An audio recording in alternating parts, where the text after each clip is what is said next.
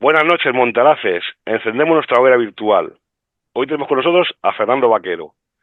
Fernando Vaquero lo conoceréis o bien de su colaboración o trabajo en la Tribuna del País Vasco, o bien por los últimos libros que ha escrito, que uno es el de la biografía no autorizada del PNV, luego también tiene el de ETA a EH Bildu, y luego tiene otro sobre los mitos y leyendas de Navarra que se llaman de Navarra Nafarroa. Esos son los Eh, libros que yo conozco. sí. Seguramente tendrá alguno más, pero digamos. Algunos de vosotros lo recordaréis porque hace 3 años estuvo aquí con nosotros para hablar de la figura de Pascual, aprovechando que se celebraba que se celebraba un concurso de literatura sobre su persona, y nos vino a hablar de un poquito de la persona y también del evento. Pero hoy, como se dice, venimos a hablar de mi libro, venimos a hablar del libro de Fernando Vaquero, que ha sacado un nuevo libro que se llama Bolcheviques. Y voy a leer el subtítulo, que es De ETA al movimiento socialista, el rearme del comunismo. Y es que ha habido un cambio de paradigma, primero en el País Vasco, pero parece ser que luego también en toda España, en el que, en el País Vasco, por ejemplo, que vamos a decir que sí, que alguno habría, pero normalmente el 100% de la juventud de izquierdas era Batasuna y era era pues eso, Batasuna o Proetarra, o pro Arrechale. Pero desde hace unos años ha salido una nueva juventud que ha vuelto a esos orígenes del marxismo, que son más internacionalistas y más comunistas puros, por decirlo, que ya no, la ideología regional o identitaria no existe en ellos. Y eso es algo muy curioso, que ya lo vi hace unos años, pero lo pensé que era algo puntual cuando lo vi en Vitoria, pero ahora al ver el libro de él me estoy dando cuenta de que es algo, que es un cambio de paradigma y que no es algo puntual, sino que es algo que está ocurriendo en todo el sitio, en todo el País Vasco, y parece ser que también en toda España. Entonces, sin nada más que decir y dejar a la persona que realmente es importante e interesante, Fernando, muy buenas noches y gracias por estar aquí con nosotros. Bueno, yo creo que el título del libro es largo, pero realmente se ajusta muy bien a su pretensión y a los contenidos que ofrece al lector. ¿Por qué bolcheviques? Porque en los últimos años se viene configurando en toda España un nuevo sujeto político de voluntades y pretensiones revolucionarias que se inspiran en el marxismo-leninismo y cuyo máximo representante y modelo a imitar es la experiencia bolchevique de la Rusia revolucionaria. La segunda frase, de ETA al movimiento socialista. Bien, esto indica que este nuevo sujeto colectivo, que se autodenomina así movimiento socialista, nace del entorno de la izquierda abertzale.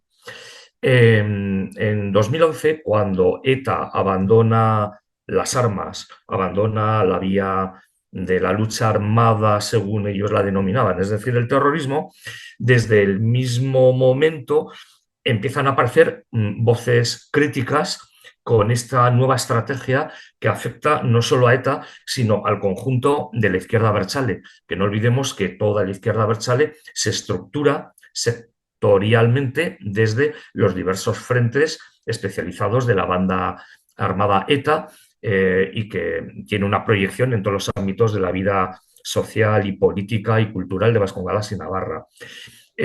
A partir de 2011 empiezan a surgir voces discrepantes, sobre todo en los medios juveniles de la izquierda abertzale, que entienden que es un error haber cancelado esa etapa histórica, que es un error apostar mayormente por la vía parlamentaria y que implica una traición al bagaje revolucionario y a las conquistas del pueblo trabajador vasco a lo largo de estos 40 años.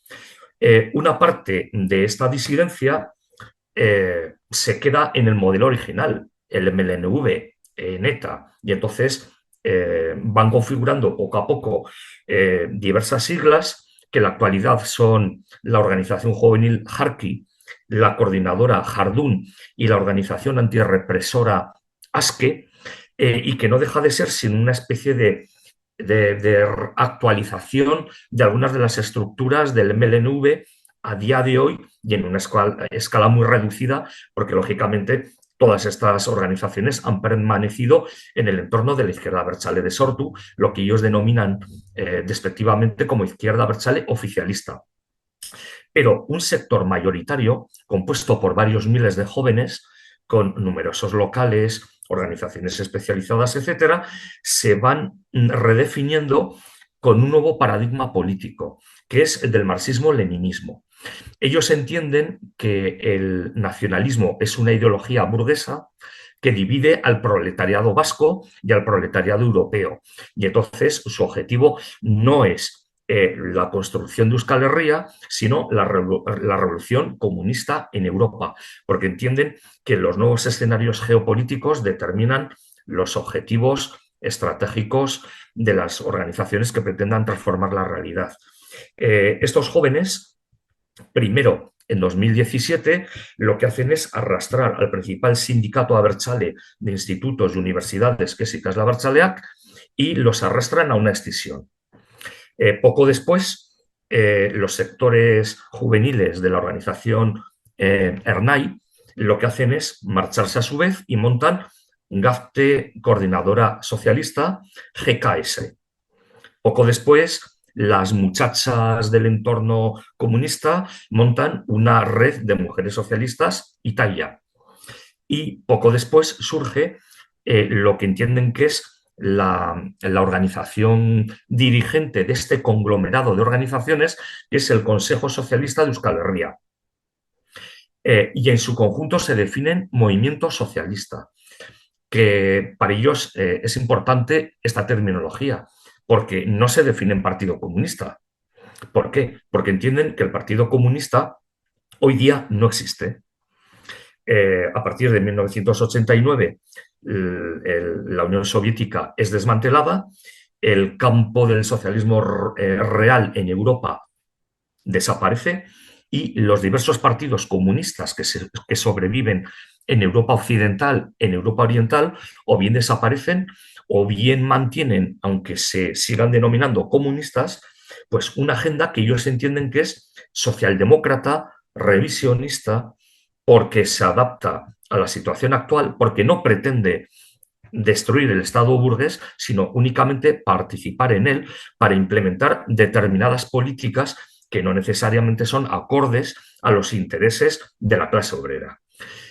Por ello, ellos entienden que en una fase de proceso socialista tienen que construir organizaciones que, en primer lugar, recuperen la autonomía y la independencia del proletariado como clase que debe perseguir sus propios objetivos políticos que son totalmente contradictorios con los de la burguesía, encarnados y representados en el sistema democrático burgués occidental. Entonces, su misión es construir un andamiaje de organizaciones socialistas que preparen la creación de un futuro partido comunista revolucionario de ofensiva y de ámbito europeo, porque entienden que el día que se produzca una revolución tendrá que ser de ámbito europeo porque la geopolítica pues, tiene una importancia enorme, el mundo se ha globalizado y los espacios geopolíticos que determinan cambios políticos de calado pues son los nuevos espacios que se van creando en Europa, en el entorno chiita con Irán, el mundo sunita, Rusia, los BRICS, China, etcétera, etcétera, ¿no? Entonces, estas organizaciones, que son gente muy joven, sus dirigentes son personas que no tienen más de 30, 32, 33 años, pues van aumentando su número, su calendario de movilizaciones, van abriendo locales, mantienen importantes confrontaciones, incluso físicas, con los grupos juveniles de la izquierda abertzale por liderar el espacio revolucionario de la juventud vasco-navarra. Y ese modelo pues, resulta atractivo a gente joven de otros espacios territoriales españoles. De manera que al año más o menos de constituirse el movimiento socialista, la mayor parte de las asambleas locales de las juventudes de la candidatura de Unidad Popular en Cataluña se marchan y montan a su vez la Organización Juvenil Socialista de Cataluña, también en la Comunidad Valenciana y también en Mallorca a través del grupo Bastida. Y todas asumen la misma línea programática, estratégica de reconstrucción de un partido comunista de ofensiva, que sea internacionalista y que deja atrás el modelo nacionalista, porque el nacionalismo pues, traiciona a la clase obrera porque la divide de una manera artificial, según su punto de vista, entre diversas naciones, enfrentándolas y alejándoles de su verdadero objetivo, que es la conquista del poder político, económico, cultural y social de España y de toda Europa.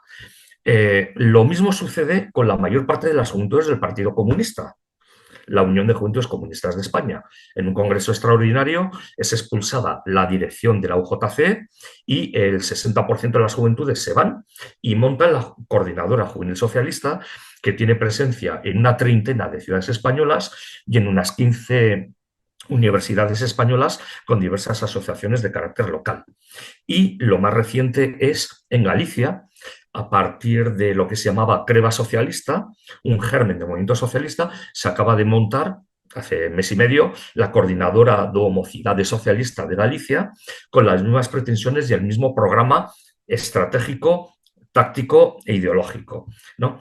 Entonces, ahora mismo existe ya un movimiento socialista con una implantación de carácter territorial en toda España y que tienen un programa estratégico idéntico, que es independencia del proletariado, ruptura generacional de los jóvenes con los padres, pues porque han traicionado la revolución y implementan una agenda socialdemócrata, y su pretensión es revitalizar a la clase obrera, que la clase obrera vuelva a ser protagonista de su futuro y construir en el futuro un partido comunista. Y entonces, claro, ese es el valor de este movimiento que está revolucionando a la extrema izquierda española. O sea, porque todos hemos conocido la sopa de siglas de la extrema izquierda.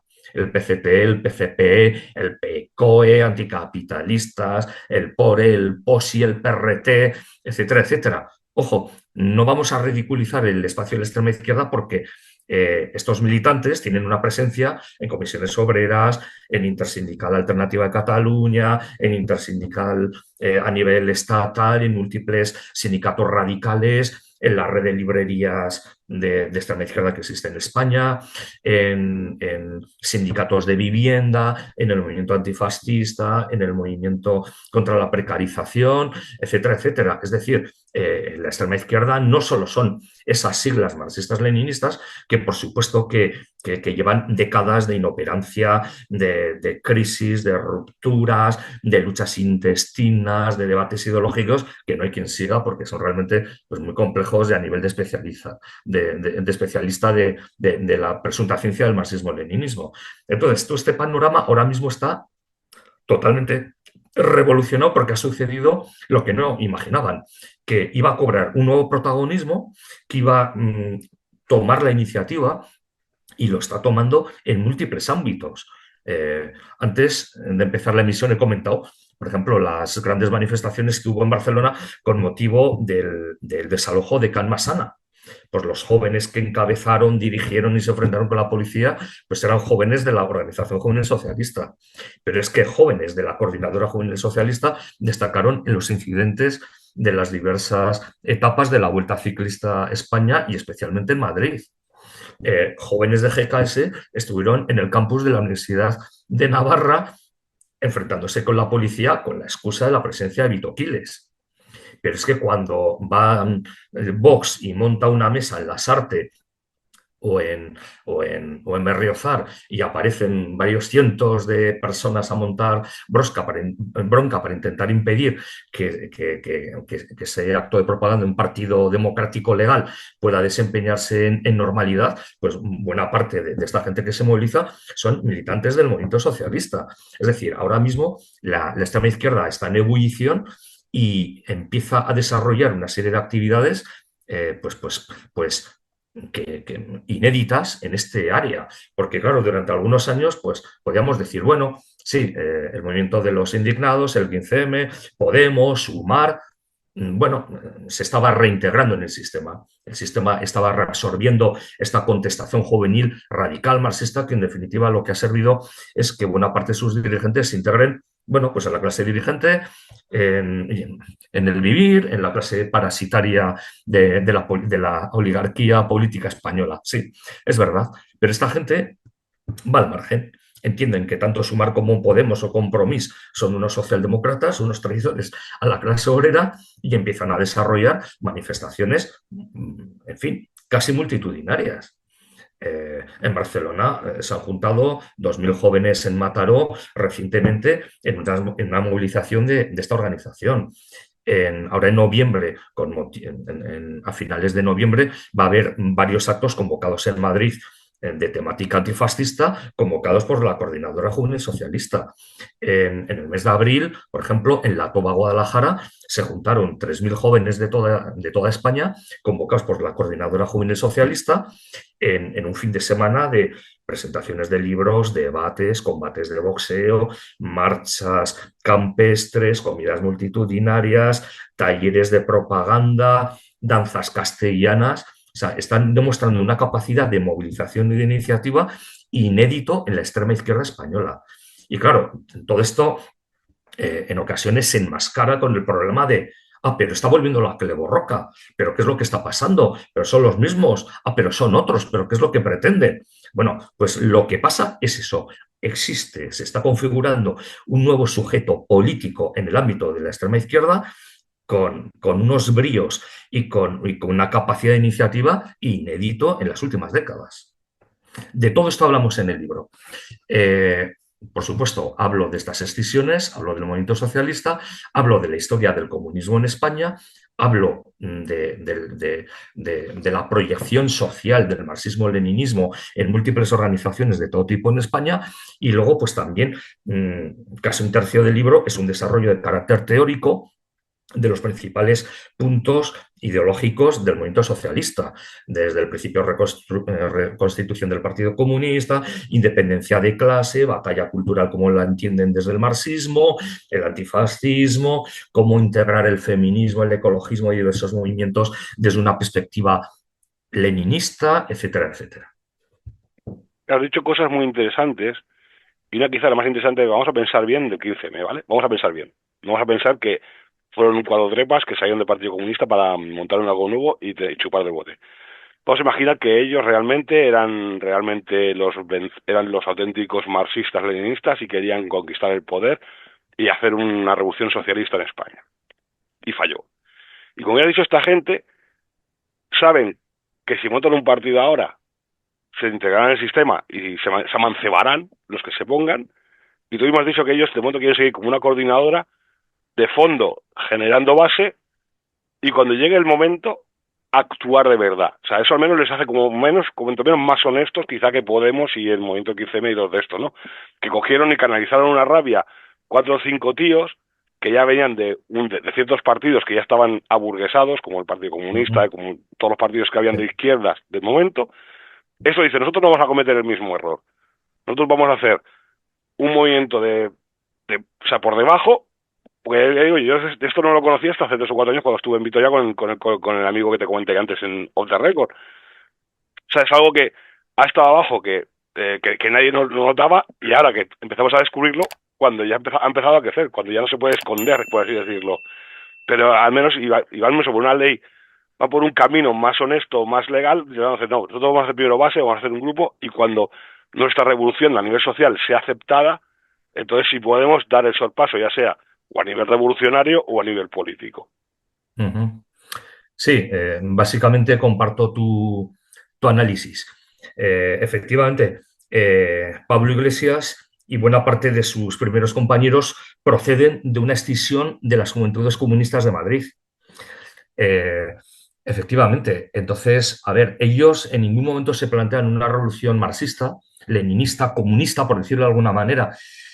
¿Por qué? Porque, claro, una revolución comunista pretende destruir el Estado burgués, crear un Estado comuna socialista, transición al comunismo, con un control de los medios de producción, expropiando a la burguesía y a la oligarquía capitalista de de todos los medios de producción, de todo el poder político, social, etcétera, etcétera. Eso no lo proponía Pablo Iglesias y su gente.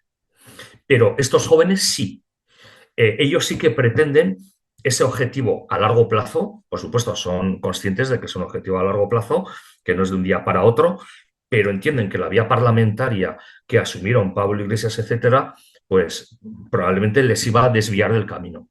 Entonces, prefieren ir dando pasos despacio, son modestos de momento en sus pretensiones, pero no pierden de vista sus objetivos últimos. Y lo cierto es que estas organizaciones no están legalizadas como partidos políticos, no participan en elecciones, no pretenden participar en elecciones.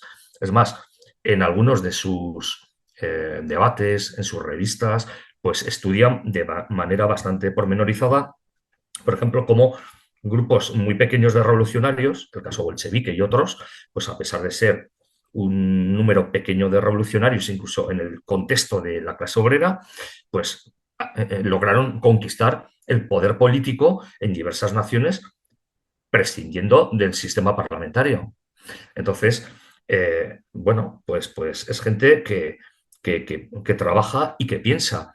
En el digo lo que piensa, pues porque no solo se limitan a organizar manifestaciones, enfrentamientos, actividades de formación, bueno, es que tienen diversas revistas de carácter teórico, como la revista Arteca, que lleva 62 números, o la revista Mars 21, o la revista Nuevo Ciclo, que acaba de salir, o están diversos blogs, diversas páginas web en el que combinan noticias de actualidad y artículos de análisis y materiales de formación en el marxismo-leninismo, como es Horitzó en Cataluña, Diario Socialista a nivel de toda España, o Guedar en Vascongadas y Navarra, ¿no? Y sí, básicamente comparto tu criterio. Ellos ahí tienen una ventaja que nosotros no tenemos, y es que si nosotros hacemos una agrupación o grupo y no estamos legalizados, nos practican el juicio y que como asociación ilegal. En cambio, pues la izquierda siempre ha sido más permisiva y a ellos les deja hacer lo que quieran. Uh Pero -huh. bueno, también es interesante que has comentado de que al menos estos son realistas y también piensan que para hacer la revolución no basta con hacerla en España, pues si dices una revolución en España a nivel comunista, rápidamente llega la Unión Europea, los Estados Unidos y quien haga falta y le cierra el grifo. Y ya no sé que venga pues algún bloque como los BRICS o China o Rusia y tenga intereses aquí en España, porque es algo nuestro para eso y tampoco llegaría a protegernos. Por eso quizás también es igual tú, quizás igual que actuamos los grupos identitarios europeos, que buscamos siempre buscar eso, que ya sabemos que a nivel del país no podemos hacer nada y que todo tiene que ser a nivel de Europa. Uh -huh. Sí, sí, sí, totalmente de acuerdo. Ellos tienen muy en cuenta que no estamos en la Rusia de 1917, pero tampoco en la España de 1936 o en la España de 1975. Entonces, la geopolítica tiene un impacto importantísimo en las relaciones internacionales y las relaciones de poder real, económico, político, y de cambio antropológico, pues se está jugando en grandes espacios geopolíticos, efectivamente, así es. Sí. Yo hay una cosa que les entiendo y aunque no estoy de acuerdo con sus métodos o con su ideología, sí que entiendo que mucha gente va a entrar en estas agrupaciones socialistas porque les entiendo, por lo que has dicho tú, ¿no? Que sus padres la han traicionado. No es que sus padres la hayan traicionado, es que hasta que cayó la Unión Soviética, aquí en Europa no estuvieron en la sociedad de bienestar por el miedo a que llegase la revolución bolchevique y, Uh -huh. y la Unión Soviética nos comiese a toda Europa. Cuando la Unión Soviética cayó y luego el enemigo 10 años después será el Islam no será un enemigo geopolítico para Occidente, por así decirlo. O sea, puede hacer atentados terroristas, pero nadie asume que de repente toda Europa o todo Estados Unidos se va a convertir al Islam, a no ser que sea un reemplazo como está pasando, pero es otro tema. Entonces, claro, yo entiendo que esta gente se da cuenta de que en esta sociedad actual no puede, o sea, vas a tener un trabajo de mierda. Vas a cobrar el salario mínimo y porque es mínimo. Si lo bajasen, cobras todavía menos. Uh No vas -huh. a tener una casa. No Sí, vas a tener un medio de transporte. claro. Vas a estar vigilado por todos los lados. Uh -huh. Y claro, se comparan con los padres que tenían pues su casita, sus vacaciones pagadas, que a lo mejor no se van a ir a Estocolmo o a esto, pero se iban al pueblo o se iban a su segunda residencia Uh -huh. y de repente ellos ven que no tienen nada. O sea, es una vida sin futuro en la que vas a compartir una cama, una habitación con 4 o 5 tíos que a lo mejor los conoces, a lo mejor no, Vas a tener que ujú, ir en un coche con 4 o 5 personas, si puedes pagártelo, si no tienes que ir en transporte público, que funciona de puta madre, ujú, y eso son de las ciudades grandes. Cuando estés en el campo, a ver cómo circulas. Luego la sanidad y la educación y todo lo que nos han dicho que es bueno y es divino, es una mierda. Y España está pasando de ser un país en vía de desarrollo a un país tercermundista. Entonces yo entiendo que mucha gente, al escuchar el discurso de esta gente y ver la realidad que hay, se une a este movimiento. ujú. Efectivamente, has tocado los temas sobre los que se apoyan en la construcción de su discurso revolucionario de, de- de ruptura generacional joven, ¿no? Que es la imposibilidad para sectores enormes de la juventud vasco-navarra y de toda España en conseguir una vivienda, la precarización de las condiciones laborales, los problemas de transporte, eh, la proletarización de la clase media, la casi desaparición de la llamada aristocracia obrera, etcétera, etcétera. Entonces, sí, este tipo de análisis son fundamentales en la elaboración teórica y en el soporte y en la razón de ser de los grupos de estas coordinadoras de carácter juvenil, ¿no? Pero claro, el leninismo, digamos, como genialidad organizativa, traslada, o es su pretensión trasladar esas luchas particulares a lo global.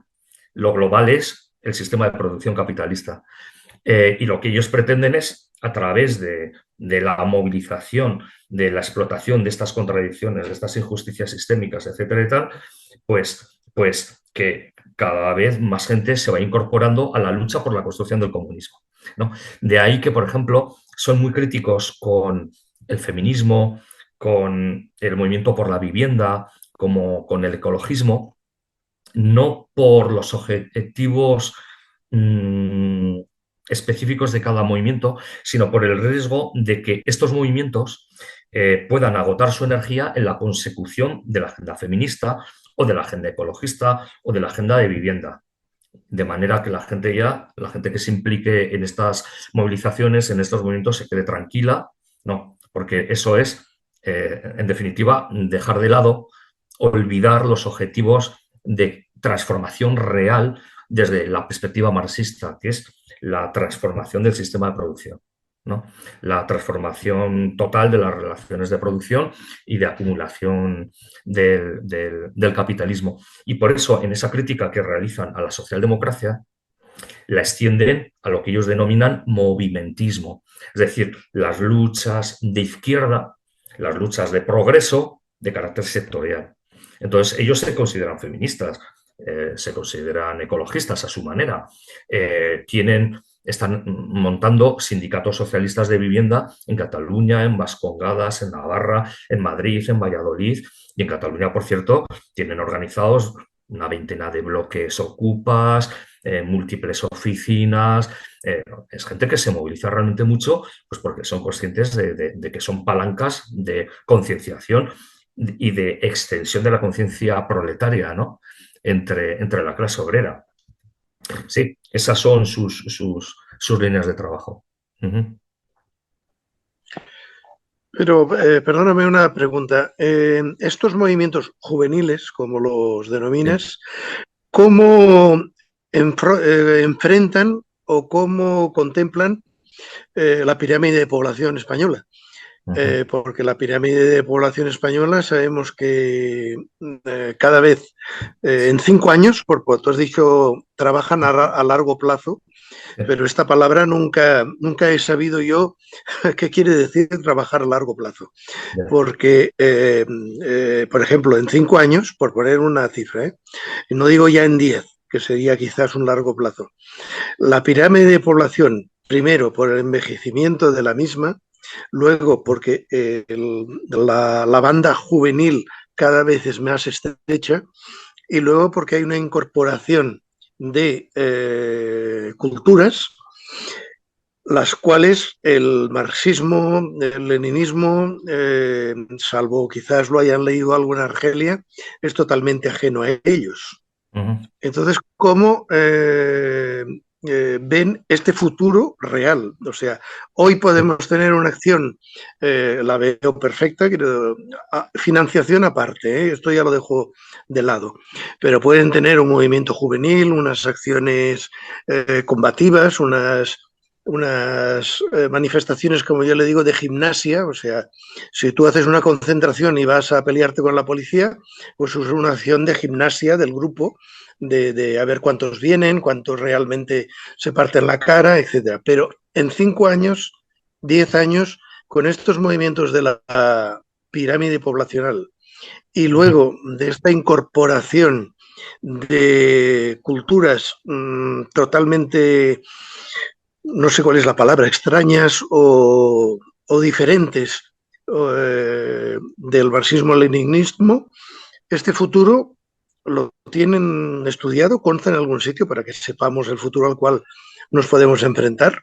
Sí, bueno, pues yo creo que estás tocando muy bien las limitaciones de este discurso marxista-leninista, porque ellos desde su ortodoxia marxista-leninista de carácter determinista, economicista, las leyes de mercado, el capitalismo va a una crisis definitiva, las contradicciones del sistema, ellos entienden que, por ejemplo, la gente emigrante, por interés, por conciencia de clase, se incorporarán antes o después al, a los destacamentos revolucionarios comunistas. Esa es su expectativa, ¿no? Los cambios de pirámide de población, sí, saben que se están produciendo enormes cambios y que está teniendo una repercusión en lo que se denomina en la izquierda la crisis de los cuidados, y que la mayor carga para sostener esa crisis de los cuidados recae sobre todo en mujeres, ¿no? Entonces, desde la reclamación feminista enlaza con esa crítica global comunista y entienden que, en definitiva, lo que hay que hacer es transformar las relaciones de producción, porque cualquier medida solo será un parche socialdemócrata, un parche liberal, un parche, en fin, de la realidad, que solo beneficiaría a la clase burguesa, a la oligarquía, y que siempre perjudicaría y explotaría cada vez más a la clase obrera. Entonces, yo creo que es una gran limitación, porque ese determinismo, esa visión materialista de la evolución social, de la historia, de la economía, de la política, les lleva a ignorar realidades que, como muy bien has dicho, ya están ahí. No basta con decir que va a haber una crisis de cuidados y que recae sobre todo en mujeres. En hombres o mujeres, no, es que no va a haber ni hombres ni mujeres para atender a tanta gente mayor. O sea, por ejemplo, se ha publicado que en Navarra, en Vascongadas es muy parecido, en 2035-36, 1 de cada 4 navarros tendremos más de 65 años. Eso va a generar unos escenarios de sanitarios, sociales, problemas de salud, de movilidad, de soledad, de enfermedad mental, tremendos, unos retos impresionantes. Entonces, ellos como que son realidades que no les preocupa o no lo quieren ver, porque ellos lo que les preocupa realmente es conquistar el poder político y transformar revolucionariamente la realidad.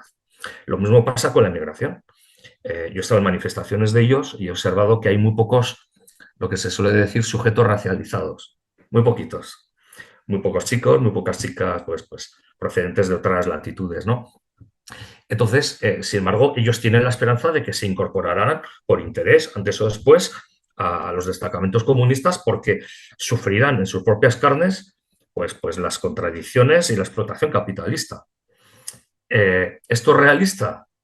A mí me da la sensación de que no. Son teorías, premisas aparentemente racionales, acordes a la ciencia marxista, pero luego la realidad es distinta, en el sentido que la gente joven, los nuevos contingentes que vienen del Sahel, del norte de África, del este, de América Latina, tienen pues unas estructuras comunitarias, familiares muy determinadas, potentes, que les determinan totalmente y que no son fácilmente conciliables con una interpretación materialista y economicista de la existencia, de clase. Claro, esos factores espirituales, tribales, comunitarios, de raíz, etcétera, los dejan casi totalmente al margen, ¿no? Y entonces esa abstracción, creo, de carácter economicista, yo creo que les lleva a no afrontar, en fin, con todos los factores de la ecuación, lo que está sucediendo. Y de ahí, posiblemente, pues sus futuras contradicciones o sus límites o sus dificultades de crecimiento. Sí, pero yo aquí ya le voy a hacer también pajas mentales también, porque claro, esto es quizá la bola que estáis, no sabemos. También, claro, ellos tienen la ventaja nosotros, que no tienen, por ejemplo, los grupos identitarios, que ellos sí que aceptan halógenos.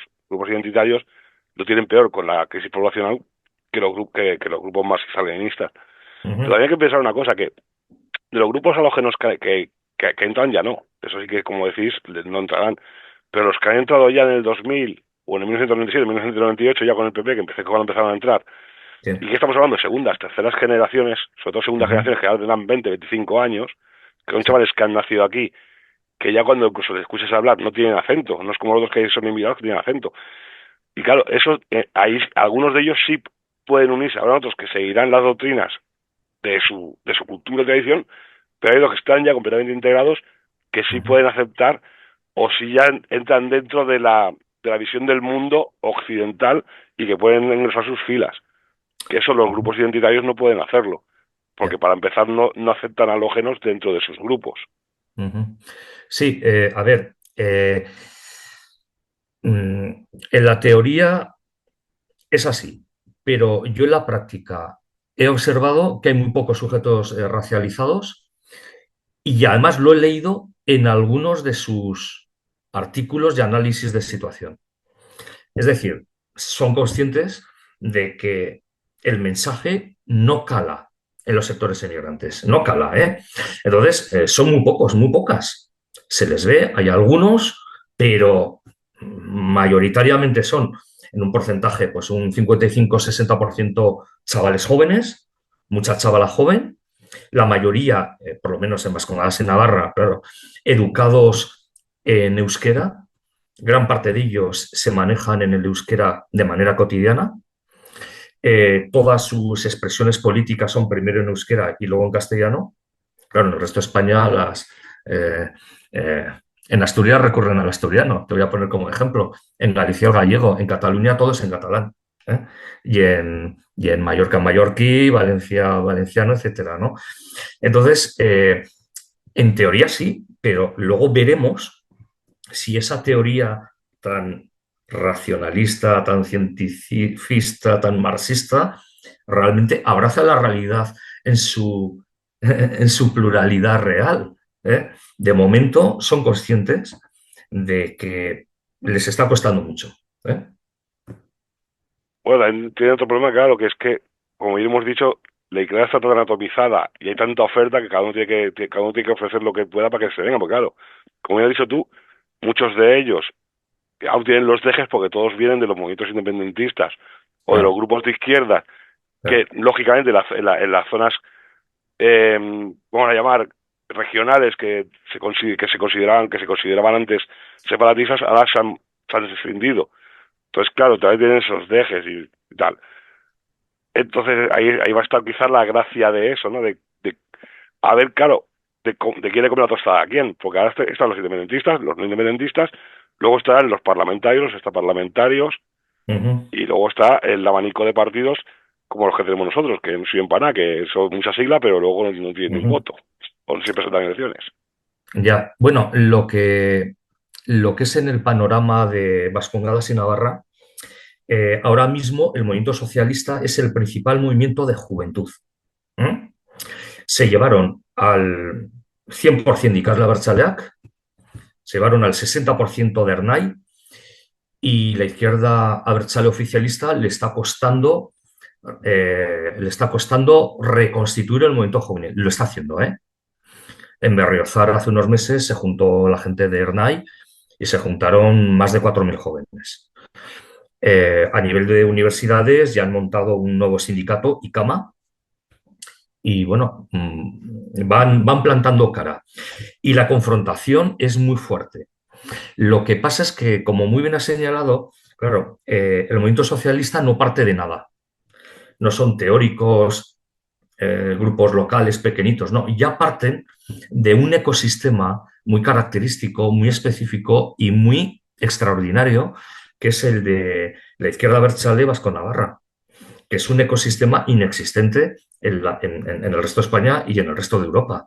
¿Dónde existen comunidades tan ideologizadas como la de miles de familias, cientos de pueblos y barrios de Vascongadas y Navarra en los que cuando un chaval cumple 15 años o 16, su opción, su pregunta con el resto de su cuadrilla es ¿militamos o no militamos?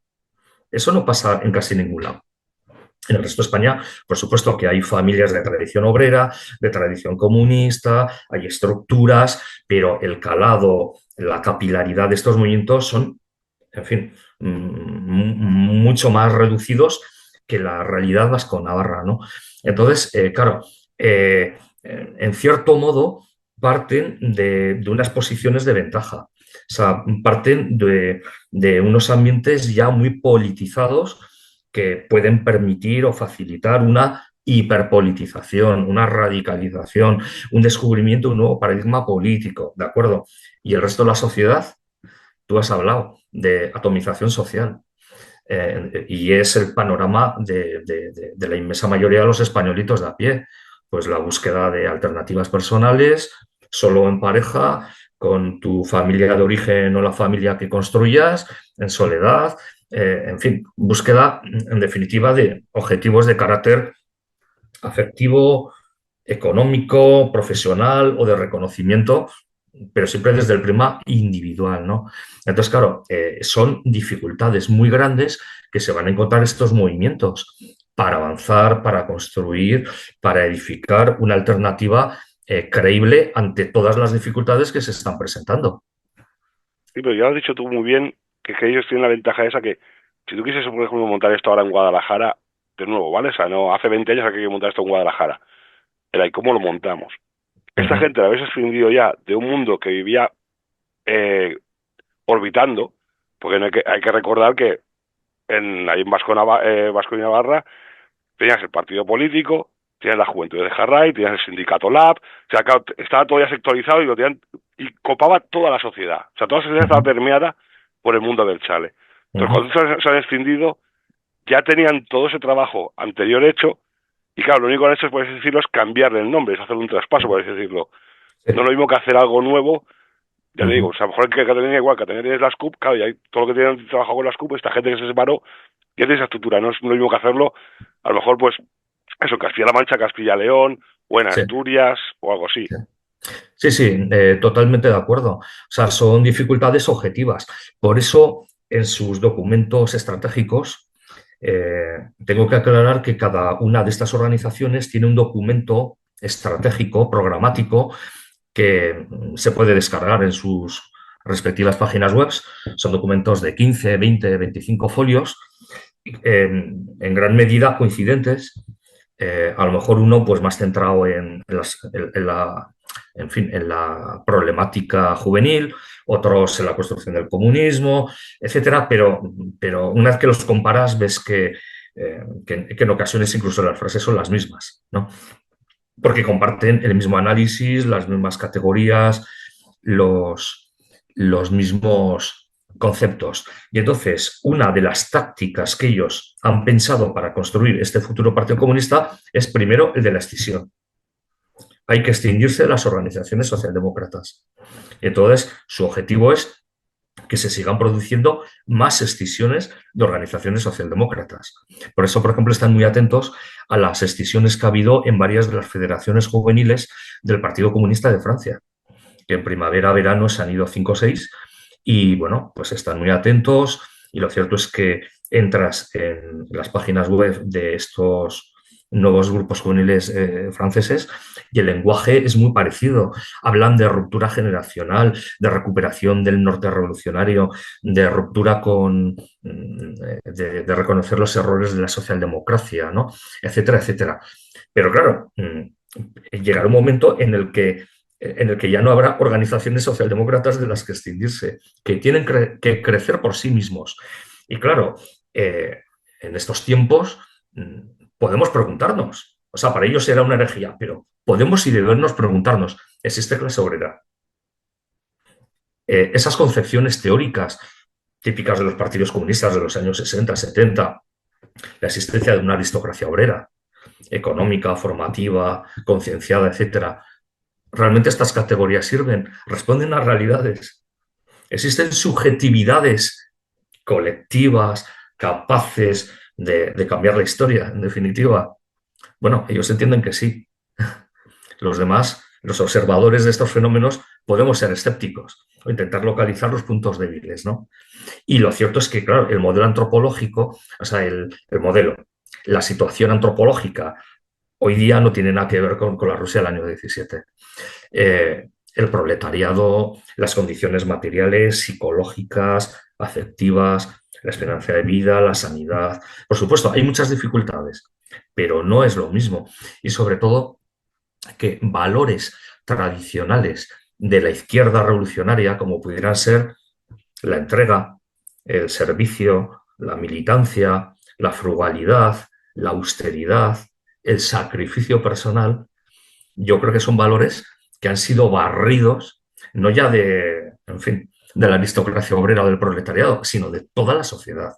Claro, reconstruir esos modelos antropológicos, esos valores hechos carne, porque se puede hablar mucho, pero si no hay personas concretas, comunidades concretas que llevan adelante esos valores, pues de nada sirve, ¿no? O sea, eso es predicar en la nada, ¿no? Entonces, claro, son unos retos los que tienen realmente gigantescos. Claro, es que ahí está el problema, que en los mundos, en el grupo identitario estamos intentando buscar la solución y aún seguimos pensándola. Y es que es verdad, claro, o sea, nosotros al menos somos conscientes de que no podemos repetir la época de los fascismos europeos, por ejemplo. Sabemos que esa época ya pasó, te puede gustar más o menos, puedes quedarte lo bueno que tenga aquella sociedad o aquellas ideas, pero o sea, al menos los grupos de identidad pensamos que hay que buscar algo nuevo que pueda funcionar en el siglo XXI. El problema es que no lo encontramos. Esta gente, pues, por lo visto, sigue, pues eso, tropezándose en la misma piedra. Buscan valores que ya han fracasado para llevarlos a cabo, de nuevo. Si sale o no, es otra cosa. Lo que pasa es que desde el punto de vista marxista revolucionario, claro, las subjetividades siempre están subordinadas a las leyes objetivas del mercado y de la historia. ¿Eh? Entonces, si las leyes determinan nuevas contradicciones, acumulación de capital, precarización, guerra imperialista, etcétera, etcétera, pues como va a afectar a la gente concreta, a la clase obrera, provocará el cambio interior y colectivo necesario para un nuevo ciclo revolucionario, ¿eh? Que es lo que ellos vienen investigando, trabajando, y de ahí, por ejemplo, la revista Arteca. La revista Arteca, desde que se constituye GKS, la lanzan, escriben varias decenas de pensadores, de intelectuales, de gente joven, de teóricos del movimiento socialista de Vascongadas y Navarra, y hablan de todo. Reflexionan, por supuesto, con su terminología, con su perspectiva claramente marxista, pero te hablan de todo, te hablan de estética, te hablan de arte, te hablan de proletarización del euskera, te hablan de la crisis del sindicalismo clásico, te hablan absolutamente de todo. Claro, lo que pasa es que, lógicamente, con una perspectiva muy distinta. Ellos hablan, por ejemplo, de batalla cultural, ¿no? Que joder, todos hablamos de batalla cultural.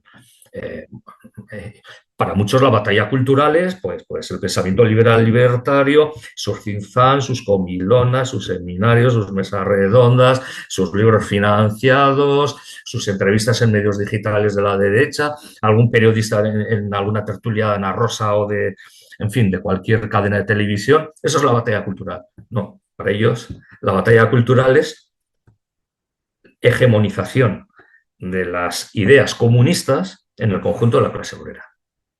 Y a partir de ahí hay que hacer cultura. Cultura de todo tipo, cultura proletaria, cultura que afecte a todos los ámbitos de la vida, ¿no?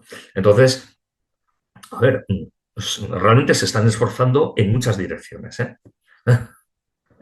No, pero quizás en, en lo que estamos hablando ahora, yo una pregunta, o sea, yo lo que veo desde mi punto de vista es que hay un problema de traducción. O sea, ellos piensan, por ejemplo, en euskera y luego lo traducen al castellano, que es lo que leemos nosotros. Y entonces ahí hay yo creo que tiene que haber un delay, que dicen los modernos, en las expresiones. Porque ahora, por ejemplo, tú, Fernando, estás hablando de marxismo. Y yo lo que veo es que han hecho como Felipe González, que en un momento determinado dejó, o fue, no, perdón, fue Carrillo, que dejó el leninismo de lado. Porque están basados en unas ideas en un momento en que no existía ni la aviación. Cuando nosotros, dentro de 2 años, tendremos un problema con unos robots que atacarán a la clase obrera, trabajadora, proletaria, como lo quieran llamar. Obvian una realidad actual y es un concepto de Lenin que era el lumpen proletario, que es en lo cual nos estamos convirtiendo, sea la edad que sea, de la mayoría de los trabajadores, por lo menos en España. Sí. Y luego, por ejemplo, no enfrentan un tomo, como puede ser, vuelvo otra vez a Lenin, uno definitivo por el cambio, que es la moral. No, moral, creo que se llamaba el libro de Lenin, que claro, si ahora alguien lo lee, no sé, bueno, por eso no lo leen, porque el tema moral ha cambiado totalmente. Luego hay un punto importantísimo y es la financiación. Cuando tú no tienes ningún problema en montar una página web, cuando tú no tienes problema en hacer todo un soporte informático porque tienes financiación de un sitio, del otro, cuando, por ejemplo, en Cataluña, tu perspectiva sindical, asociativa, cooperativa, es ocupar un edificio de oficinas, pero en un momento haces una cooperativa de propietarios, no estaría bien dicho, o sea, una cooperativa sindical para desde el terreno construir los cimientos y crear unas viviendas para ese sindicato, sino que lo que haces es aprovechar lo que ya está hecho, que es lo más fácil en este mundo. Yo creo que hay muchos choques mentales que tarde o temprano llevará a la explosión de algún cerebro si se quiere poner a leerlo con un poco de detenimiento.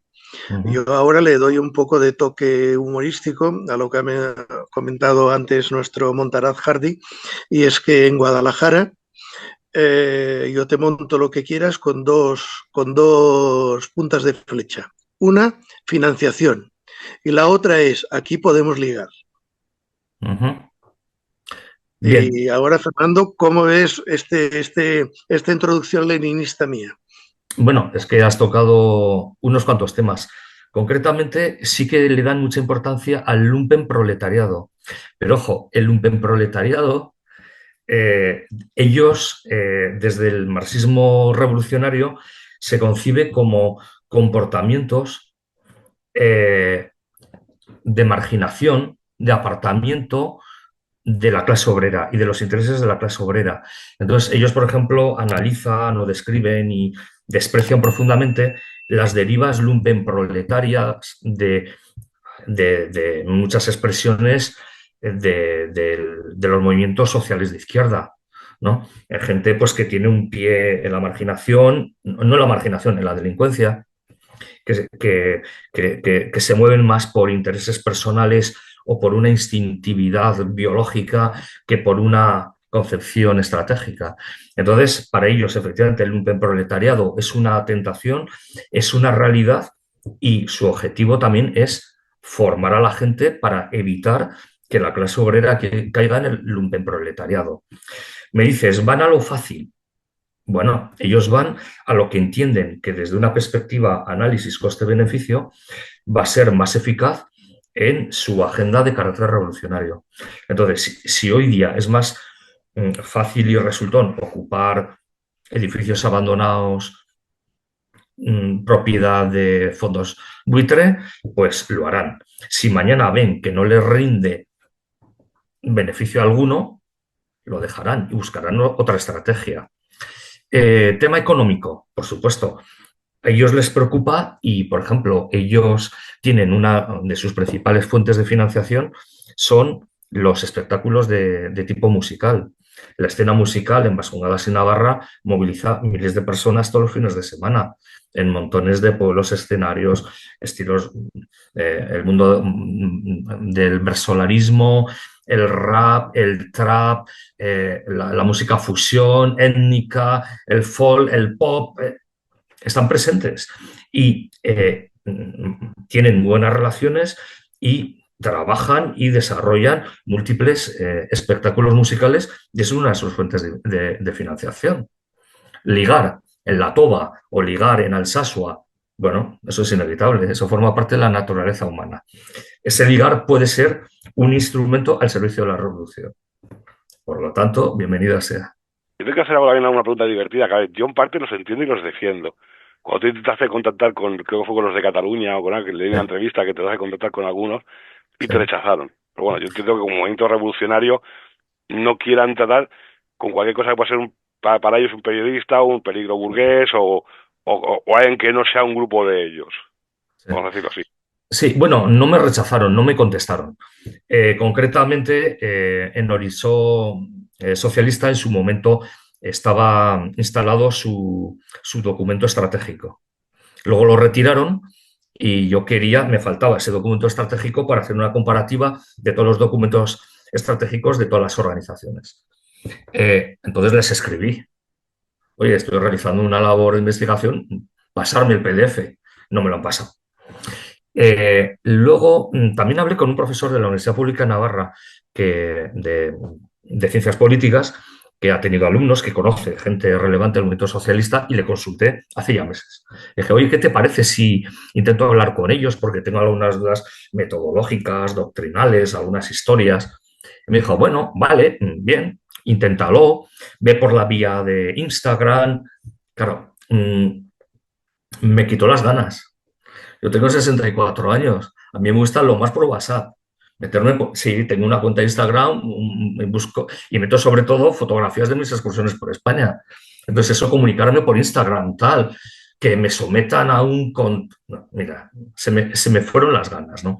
Y luego pues he observado que ellos, pues cuando han tenido algunas polémicas con gente de anticapitalistas, con gente de algunos otros grupos marxistas-leninistas, y entonces, y muchísimas discusiones con gente de la izquierda abertzale.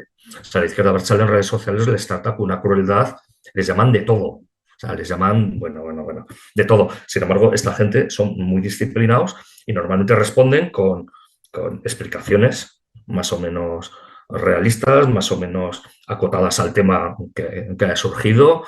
Y entonces, bueno, pues tienen una dinámica que yo entiendo que ellos, por ejemplo, reviven del esnovismo. Entonces, si yo o tú o el de más allá, oye, vamos a hablar de... Mira, a ver, esto no me construye como revolucionario. Tus intereses son de clase burguesa, ¿para qué perder el tiempo? ¿No?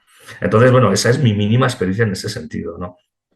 Y en relación al tema financiación, se me había olvidado, está el tema de las choznas. Las choznas son los puestos provisionales que se colocan en barrios, en los pueblos, en las fiestas patronales, fiestas de juventud, ferias locales o artesanales de tantos pueblos de Vascongadas y Navarra a lo largo de todo el año. Tradicionalmente están los espacios oficiales y luego el espacio de los movimientos populares, que son puestos in situ, con sus conciertos, con sus cervezas, sus calimochos, sus bocatas, etcétera, etcétera, y que dan mucho dinero, porque son muchísimas personas las que han pasado o hemos pasado por ese tipo de choznas. Y desde hace unos años, el movimiento socialista ha estado presente con lo que llaman choznas gorri, choznas rojas, en este tipo de celebraciones, ¿no? Pero claro, la izquierda abertzale casi desde el principio les ha ignorado, les ha apartado, les ha impedido que estén presentes o les han rechazado directamente, porque claro, ven que se trata de una fuente de financiación importante para estos grupos juveniles y entonces pues al enemigo ni agua, ¿no? Entonces, o sea, tampoco es una guerra salvaje, pero por ejemplo en el tema de las choznas hay unas confrontaciones importantes. Hace 2 años y pico llegaron a las manos enfrentamientos físicos en San Sebastián, en Bilbao, en más lugares. Y hoy mismo, pues en Diario Socialista hablaban de que el movimiento socialista de San Sebastián protestaba por el veto político que está ejerciendo la izquierda abertzale en todo tipo de escenas populares en San Sebastián de carácter festivo, cultural, etcétera, ¿no? Entonces, bueno, claro, son múltiples aspectos pues, de una realidad que está muy viva y que busca crecer y que, por supuesto, tiene muchas contradicciones y muchos límites, pero bueno, es el camino que tienen y lo cierto es que es un fenómeno que no se puede ignorar. O sea, están ahí, hace 10 años no estaban, tienen unas pretensiones, están revolucionando el panorama de la extrema izquierda y a ver, y cuando nos hablan de guerras imperialistas, a ver, ahí está la guerra de Ucrania. Y cuando muera Mohamed VI, ¿qué va a pasar en Marruecos? A ver, ¿y qué va a pasar en los países bálticos? Es decir, vamos a ver, el mundo puede ir a peor, ¿eh? No necesariamente a mejor. Bueno, si el mundo va a peor, se darán las condiciones, las contradicciones del sistema para generar un nuevo sujeto revolucionario. En eso están. Claro, también quizás, como has dicho, un fallo que tienen ellos, quizá, viendo todo esto en general, pero es un fallo que suelen tener muchos grupos y también incluso algunos dentro de nosotros, es quizá la falta de intentar comprender o conocer al resto de la realidad.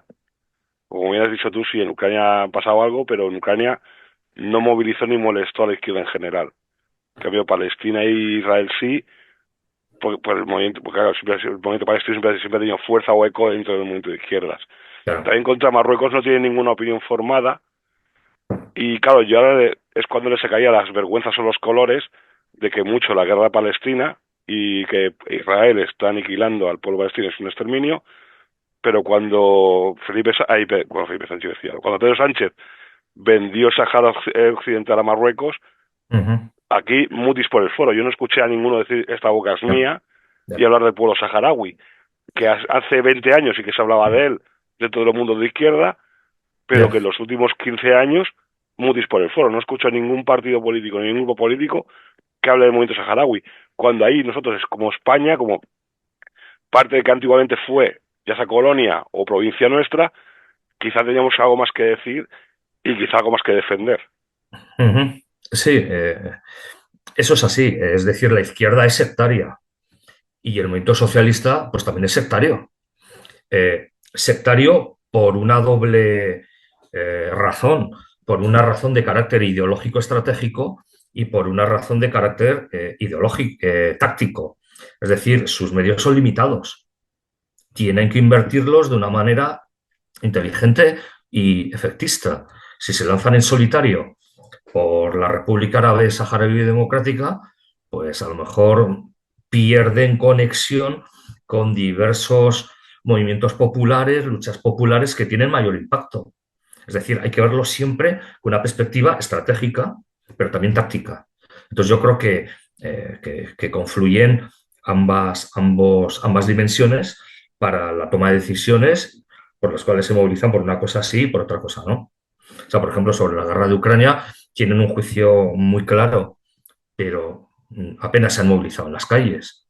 Pues probablemente porque es una cuestión que la mayoría de la gente no le dice en nada o le genera, en fin, estupor o no moviliza o al contrario, inmoviliza.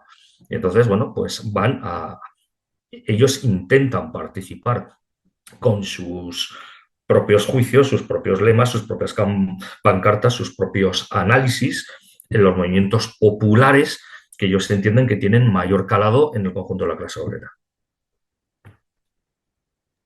Pero entonces, Fernando, veo que la orientación de ellos es una orientación estratégica, táctica y estratégica de claro, revolucionaria. sí. ¿Hay algún componente, alguna base, vamos a llamarle filosófica, por ejemplo, como yo pensaba en las provincias vascongadas, de un ejemplo, ahora pongo un ejemplo que me ha venido a la cabeza, no sé por qué, como podría ser sangre y suelo, o sea, defender la tierra que ha estado No, regada por la sangre no. de mis antepasados, el suelo donde están enterrados mis antepasados. Sangre y suelo son, desde una perspectiva marxista revolucionaria, es una propuesta ideológica identitaria y, por lo tanto, que se puede englobar dentro del fenómeno del posfascismo.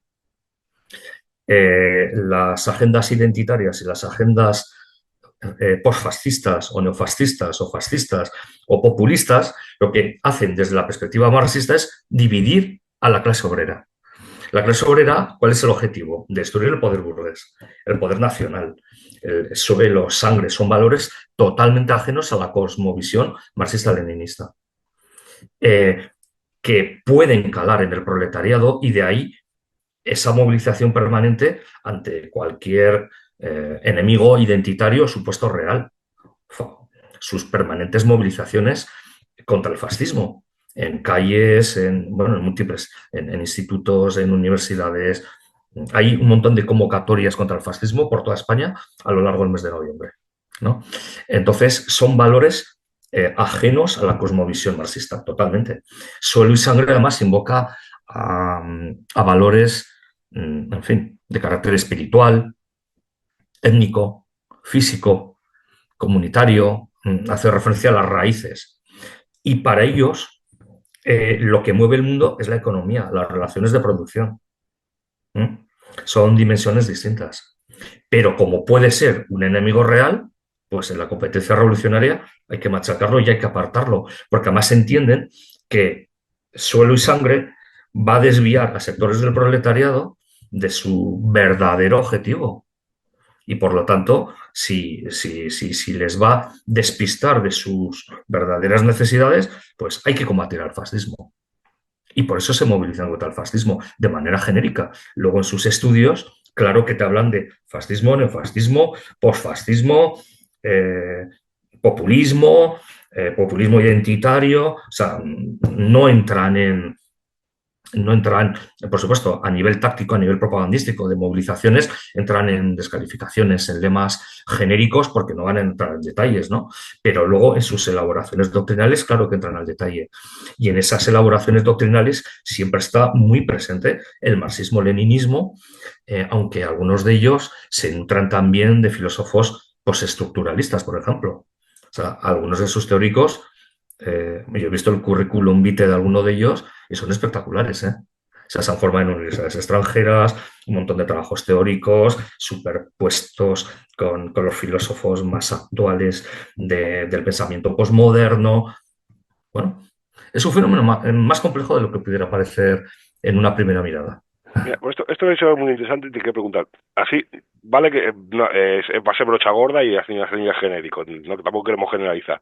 Pero como lo está diciendo ahora, de los componentes que has podido ver o investigar un poquito más a fondo, ¿son realmente proletarios o son los típicos burguesitos que van de proletario? Que también puede ser, que igual son formados, como has dicho tú, que formados en universidades extranjeras y tal, igual me huele al típico burguesito que va de radical como una especie El Errejón, el de Errejón. rejón.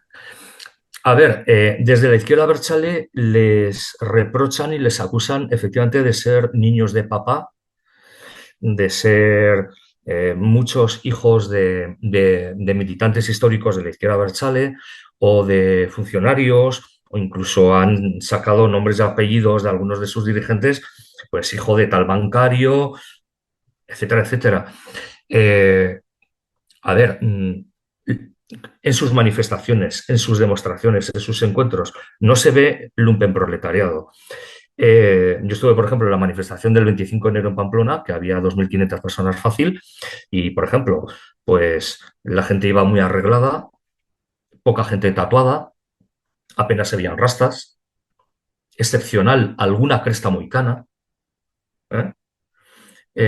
Las chavalas arregladas, la cara limpia, poco maquilladas, pero modernas, ropa de North Face, quechua, mayormente colores negros, arreglados, cortes de pelo militar incluso, tipo marine, rapaditos, o sea, cuidan la estética y esto, en cierto modo, pues sí que puede ser legado de su procedencia pequeño-burguesa, ¿no? Y también de una estética que pretenden que sea revolucionaria, ¿eh?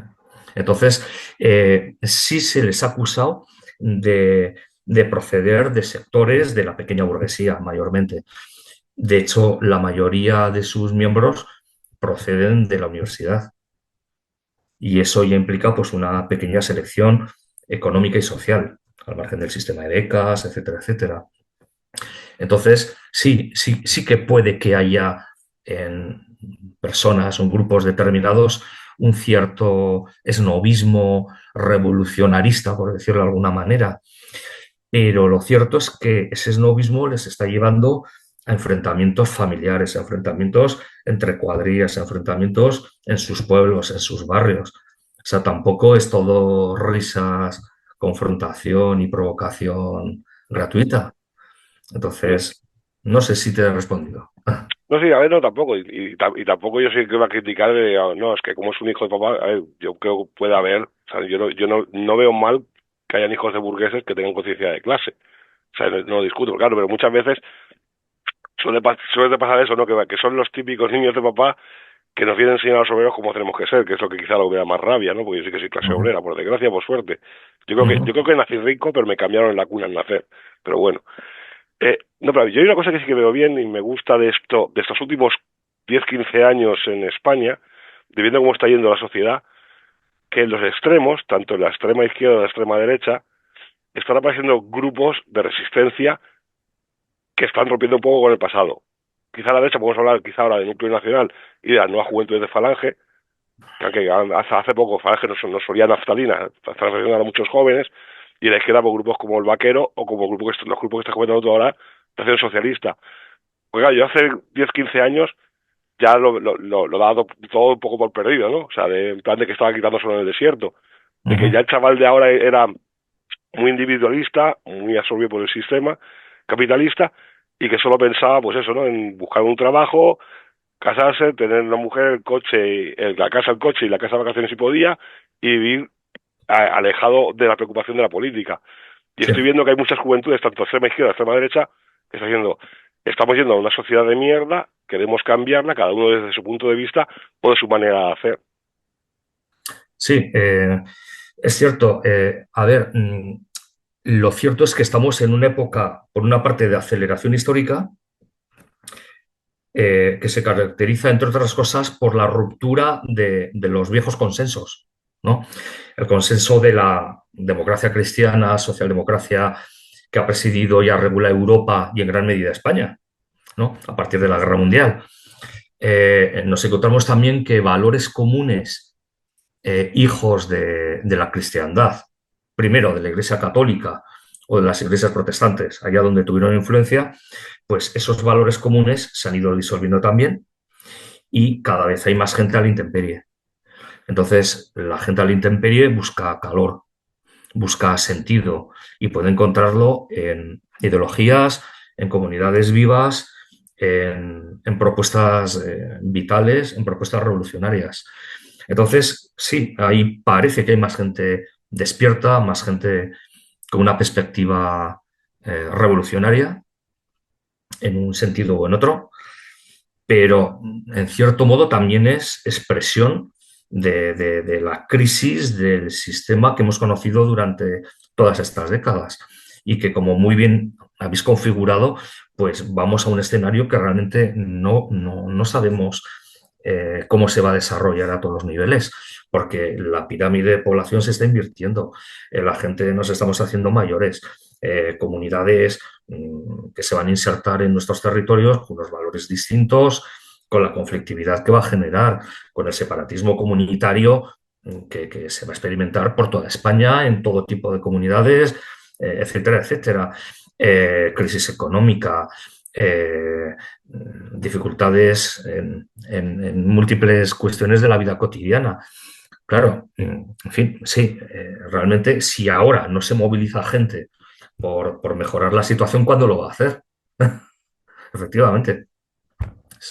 Y sí, y vamos, lo hemos dibujado entre todos, ¿no? Los tres aquí, pues hay montones de circunstancias que realmente nos llevan a una sociedad inédita, con unas crisis, con unas fracturas enormes. Por ejemplo, dentro de aquí a 15, 20 años, pues yo creo que va a haber una fractura muy importante, que no siempre se está señalando, que es gente propietaria de pisos y gente que no tiene pisos. Bueno, no pasaría nada si el modelo de vivienda cambia el modelo centroeuropeo de viviendas sociales, etcétera, de manera que la gente pueda vivir dignamente sin necesidad de ser propietario de un piso. Ya, pero si resulta que no vamos a ese escenario, va a existir una ruptura, gente que es propietaria porque lo ha comprado o porque ha heredado, ¿no? Los jóvenes que puedan heredar de los boomers que antes o después empezaremos a extinguirnos, bueno, pues es otra fractura que está en camino, ¿no? Es decir, vamos a una sociedad convulsa, fraccionada, conflictual. En teoría, en esas situaciones es cuando las propuestas fuertes tienen su oportunidad. Y las propuestas fuertes pasan por objetivos maximalistas, por discursos claros, por comunidades vivas, por sujetos ejemplares, por ejemplo, revolucionarios. ¿No? Y hay una cosa que no hemos comentado también que es importante, que ya no es que tenga pisos, o sea, que hagan tenido pisos, sino que encima a la gente que tiene pisos ni siquiera sabes quién es un ser, es un ser uniforme, deforme, uniforme, sin saber cómo es. Porque claro, a principios de siglo, el capitalismo que había era un capitalismo constructivo. Era un tío que ponía su dinero o lo pedía al banco, montaba una empresa, compraba máquinas, contrataba gente, creaba algo y con ese plusvalía pues mejoraba la fábrica o lo que sea. Ahora vivimos en un capitalismo especulativo en el que hay asociaciones, porque son asociaciones sin nombres, sin caras, que más que a lo mejor un CEO o un portavoz que te salga a hablarte de vez en cuando y que lo cambian cada vez que haga falta o cada vez que alguno meta la pata, que está metiendo las manos y está hurgando en todas las naciones buscando solo la pura especulación y eso sin pensar mal de que tenga una agenda detrás. Es que, a ver, estamos en una nueva fase de capitalismo. El capitalismo financiero actual no es el capitalismo previo a la guerra mundial, ¿no? O al capitalismo de la construcción nacional de los años 20, 30 o 40. Claro, el capitalismo va evolucionando y tiene nuevas expresiones. Lo que pasa es que, sí, por supuesto, habrá grandes propietarios de mucha vivienda de carácter anónimo que distorsionará el mercado y en consecuencia pues mucha gente saldrá perjudicada, pero también habrá muchísimos propietarios de uno o dos pisos que a lo mejor tienen un sueldo muy, muy justito, pero gracias a ese piso en propiedad viven, incluso alquilándolo pueden permitirse algunos pequeños lujos y luego habrá mucha gente que como no cambien las cosas, pues fíjate cómo están los chavales jóvenes con un sueldo de 1.200, 1.300 euros como máximo en una empresa trabajando una barbaridad y en un piso compartido pagando 300, 400 o 500 euros por una habitación. Pues eso es realmente desazonador. Es decir, va a haber muchas diferencias, pero es que el capitalismo va evolucionando y entonces desde el marxismo esta gente desde luego constantemente está recordando con una perspectiva pedagógica de construcción de un sujeto comunista, de desarrollar una conciencia colectiva comunista, pues que el capitalismo cada vez va a explotar más a la gente en general y al proletariado en particular. Y entonces esa puede ser una de las expresiones, sí. Lo está siendo Claro. ya. Es que eso es lo que también voy a decir ahora, que es el Pero, fallo quizá que han tenido los grupos identitarios, que es que siempre se han dedicado a hablar de que el problema es de la inmigración y los pueblos halógenos que llegan a los países, pero claro, realmente eso no es más que una consecuencia del auténtico enemigo. La derecha o los grupos identitarios han dejado de hablar del auténtico enemigo que es ese capitalismo financiero que también es enemigo nuestro, es enemigo del pueblo, pero tanto de el burgués como del proletario, porque estamos hablando de megacorporaciones internacionales que abarcan más de un país o más de una nación. Sí, efectivamente. O sea, de hecho, desde la izquierda hay observadores o agentes que opinan de esta manera. Yo que sé, Roberto Vaquero con el Frente Obrero o el partido muy joven Soberanía y Libertad, que procediendo de ambientes de Podemos, pues reivindican una izquierda socialdemócrata, no woke, no transfeminista, o yo qué sé, los análisis, por ejemplo, de Adrián Celaya en ECAI Center, que denuncia el capitalismo posmoderno y todas y que comparten pues que la inmigración en definitiva es un ejército de reserva de mano de obra del capital, al servicio del capital y en perjuicio de la clase obrera. Claro, esto ya es rojipardismo. Y para el movimiento socialista, el rojipardismo pues, es una versión de fascismo al que tienen que combatir. Pero bueno, lo cierto es que sí que hay elementos de análisis comunes, no compartidos. Sí. Un tema que te quería comentar también, yo sigo con lo mío, yo sigo a lo mío. Evidentemente, esta lucha contra el capitalismo, con esta versión marxista, paréntesis, no sé si leninista, nos lleva a una sociedad industrial, cuando no hay industrias, pero nos lleva a una sociedad urbana, a una sociedad industrial sin industrias y al abandono de el valle, ¿cómo se llamaba? Las masías ahí en las provincias vascongadas de los caseríos. De los caseríos, perdón, exactamente, de los caseríos. O sea, también construiremos campos de placas solares en estas zonas de los valles verdes con el caserío. Ya se está construyendo.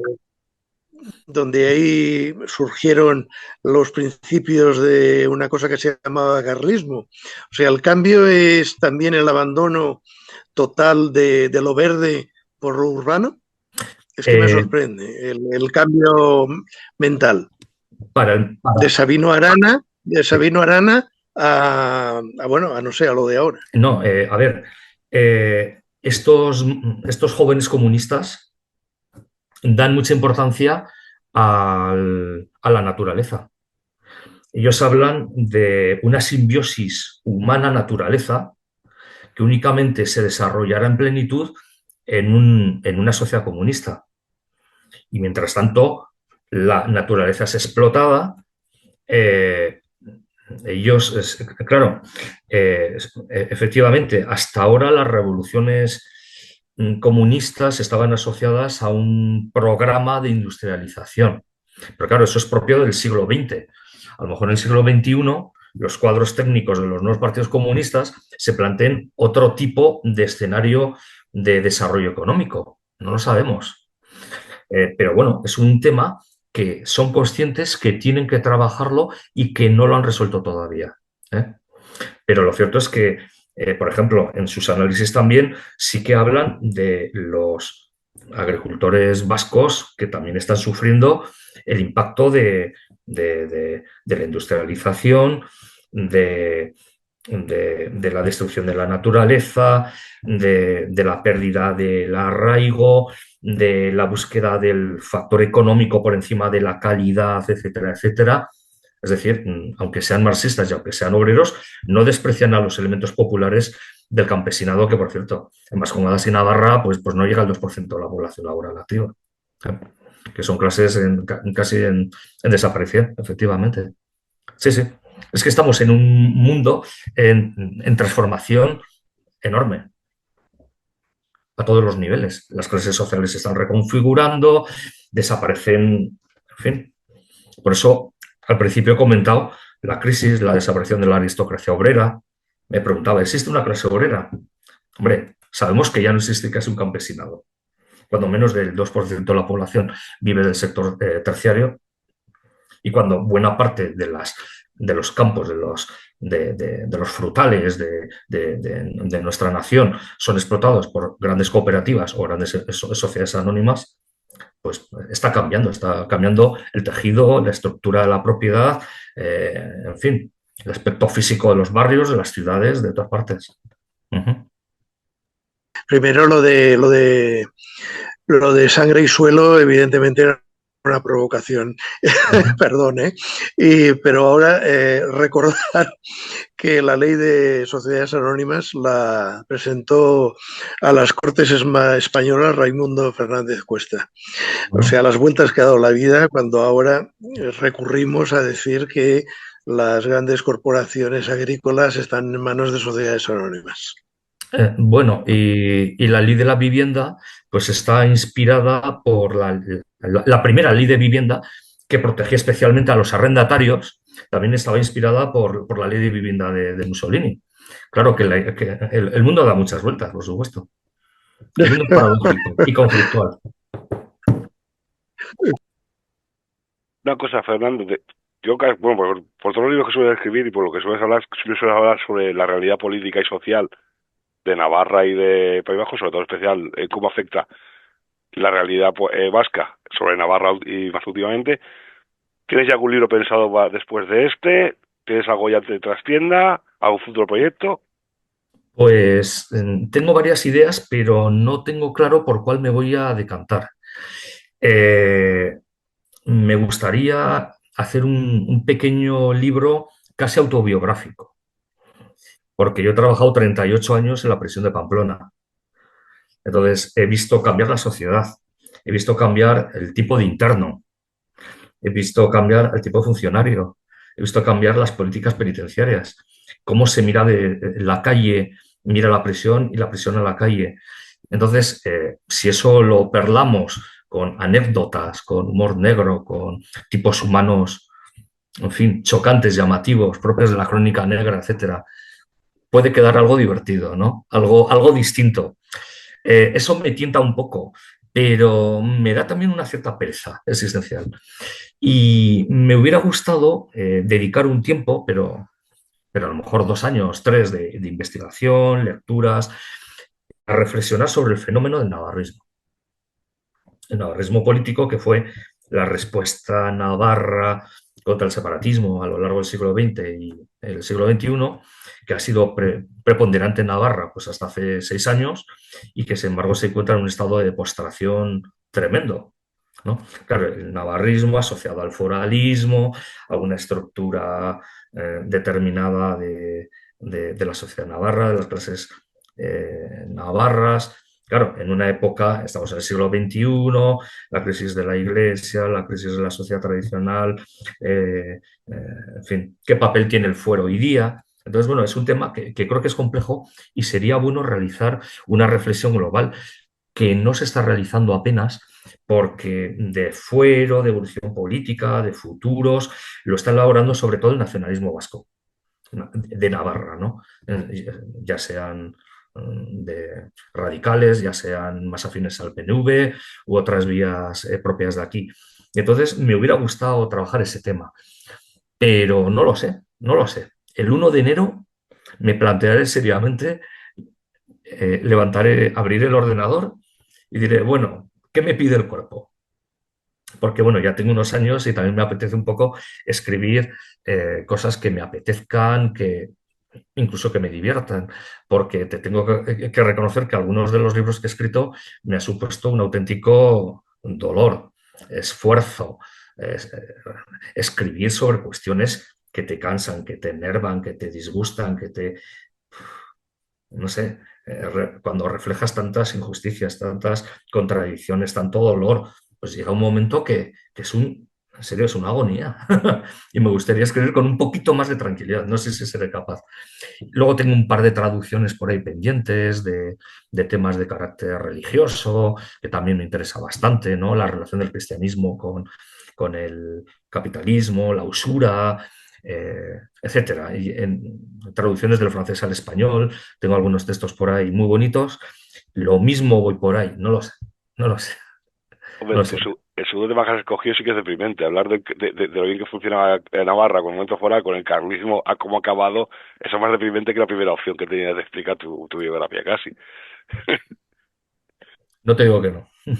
Bueno, y lo que has hablado ahora también de los libros sobre el tema del cristianismo, también hay que reconocer, de la misma manera que hemos hablado antes de la extrema izquierda y la extrema derecha, también estoy viendo yo, al menos aquí, dentro de mis círculos al menos, también, claro, también de los grupos que me muevo yo, y en la corriente política que muevo yo, de un resurgimiento también del cristianismo, pero mucho más puro y tradicional, más incluso que van a la misa tradicional y casi que reniegan del Concilio Vaticano II.